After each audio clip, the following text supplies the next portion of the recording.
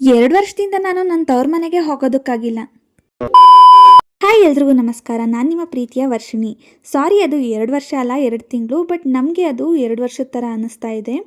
ಇವತ್ತು ಬೆಳಗ್ಗೆನೇ ಬೇಗ ಎದ್ದು ರೆಡಿಯಾಗಿ ಟಿಫನ್ ಎಲ್ಲ ಮಾಡಿಕೊಂಡು ನಾವು ಹೊರಟಿದ್ದು ತೀತಾಗೆ.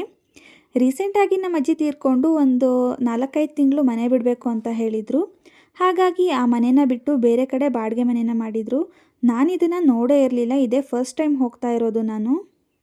ನಾವು ಹೋದಾಗ ನಮ್ಮಮ್ಮ ಪಾತ್ರೆ ತೊಳಿತಾ ಇದ್ರು. ಮನೆ ಅಂತೂ ತುಂಬಾ ದೊಡ್ಡದಾಗಿದೆ. ಬಟ್ ಮನೆಯಲ್ಲಿ ಎಲ್ಲ ಖಾಲಿ ಖಾಲಿ, ಯಾವುದೇ ಐಟಮ್ಸ್ಗಳಿಲ್ಲ. ಯಾಕಂದರೆ ಆ ಮನೆಯಿಂದ ಏನೂ ತಂದಿಲ್ಲ ಇಲ್ಲಿಗೆ. ಇನ್ನೇನು 4-5 ತಿಂಗಳು ಅಷ್ಟೇ ಅಲ್ವಾ, ಮತ್ತೆ ಶಿಫ್ಟ್ ಮಾಡೋದು ಕಷ್ಟ ಆಗುತ್ತೆ ಅಂತ ಹೇಳಿ. ಇನ್ನು ಈ ರೂಮ್ ಒಳಗಡೆ ಯಾರೂ ಹೋಗಬಾರ್ದು ಅಂತ ಹೇಳಿ ಕಡ್ಡಿಗಳನ್ನ ಈ ಥರ ಅಡ್ಡ ಇಟ್ಟಿದ್ದಾರೆ ನಮ್ಮಮ್ಮ. ಇದೆ, ಇಲ್ಲೊಂದು ಸಮಸ್ಯೆ ಖಂಡಿತ ಇದೆ. ಆ ಥರ ಸಮಸ್ಯೆ ಏನೂ ಇಲ್ಲ ಇಲ್ಲಿ. ಮನೆ ಓನರ್ ಇದ್ದಾರಲ್ವ, ಅವರು ಬುಕ್ಸ್ಗಳು, ಪಾತ್ರೆಗಳು ಹಾಗೆ ಇನ್ನೂ ಕೆಲವೊಂದು ಐಟಮ್ಸ್ಗಳನ್ನೆಲ್ಲ ಇಲ್ಲಿ ಇಟ್ಟಿದ್ದಾರೆ. ಹಾಗಾಗಿ ಇದ್ರೊಳಗಡೆ ಯಾರೂ ಹೋಗೋದಿಲ್ಲ ಅಷ್ಟೇ. ನಾನಿಲ್ಲಿ ಒನಕೆ ಒಬ್ಬ ಒಂಥರ ಫೋರ್ಸ್ ಕೊಟ್ಕೊಂಡು ನಿಂತಿದ್ದೀನಿ. ಆದರೆ ನನ್ನ ಕೈಯಲ್ಲಿರೋದು ಒನಕೆ ಅಲ್ಲ ಅಷ್ಟೇ. ಈಗಂತೂ ಹುಣಸೆ ಹಣ್ಣಿನ ಕಾಲ ಬಂದಿದೆ.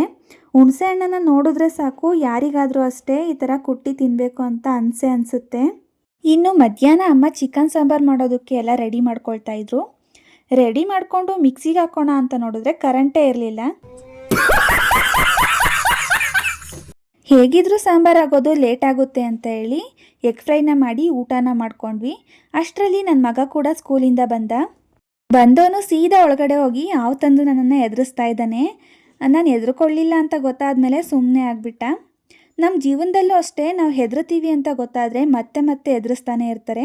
ಅದೇ ನಾವು ಒಂದು ಸಲ ಹೆದರೋದಿಲ್ಲ ಅಂತ ಗೊತ್ತಾದರೆ ಸಾಕು, ಮತ್ತೆ ಆ ಪ್ರಯತ್ನನೇ ಕೈ ಬಿಡ್ತಾರೆ. ಇನ್ನು ಮಕ್ಕಳುಗಳೆಲ್ಲ ಸೇರಿ ರಂಗೋಲಿಯಲ್ಲಿ ಆಟ ಆಡ್ತಾಯಿದ್ರು. ಫಸ್ಟ್ ಒನ್ ಹಾಕಿರೋದು ನನ್ನ ಮಗ, ಮಿಕ್ಕಿದೆಲ್ಲ ಬೇರೆ ಮಕ್ಕಳುಗಳು ಹಾಕ್ತಾಯಿದ್ರು. ಇದ್ಯಾವುದೋ ಹೊಸ ಪ್ರತಿಭೆ.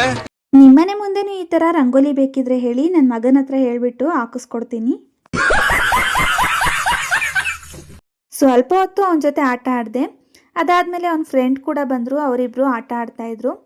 ನಮ್ಮ ಮನೆಯವರು ಡ್ಯೂಟಿ ಮುಗಿಸ್ಕೊಂಡು ಬಂದಾದಮೇಲೆ ಅಲ್ಲೇ ಊಟನೂ ಮಾಡಿಕೊಂಡು ವಾಪಸ್ ಮನೆಗೆ ಬಂದ್ವಿ. ನೋಡಿ, ಹೆಣ್ಮಕ್ಳು ದೂರ ದೂರ ಮದುವೆ ಆಗೋದ್ರ ಬದಲು ಈ ಥರ ಹತ್ತಿರದಲ್ಲೇ ಮದುವೆ ಆದರೆ ಬೆಳಗ್ಗೆ ಬಂದು ಸಂಜೆ ವಾಪಸ್ ಮನೆಗೆ ಬರ್ಬೋದು. ಈ ವಿಡಿಯೋ ನಿಮಗೆ ಇಷ್ಟ ಆದರೆ ಲೈಕ್ ಮಾಡಿ, ಹಾಗೆ ನಿಮ್ಮ ಫ್ರೆಂಡ್ಸ್ ಆ್ಯಂಡ್ ಫ್ಯಾಮಿಲಿಗೆ ಶೇರ್ ಮಾಡಿ.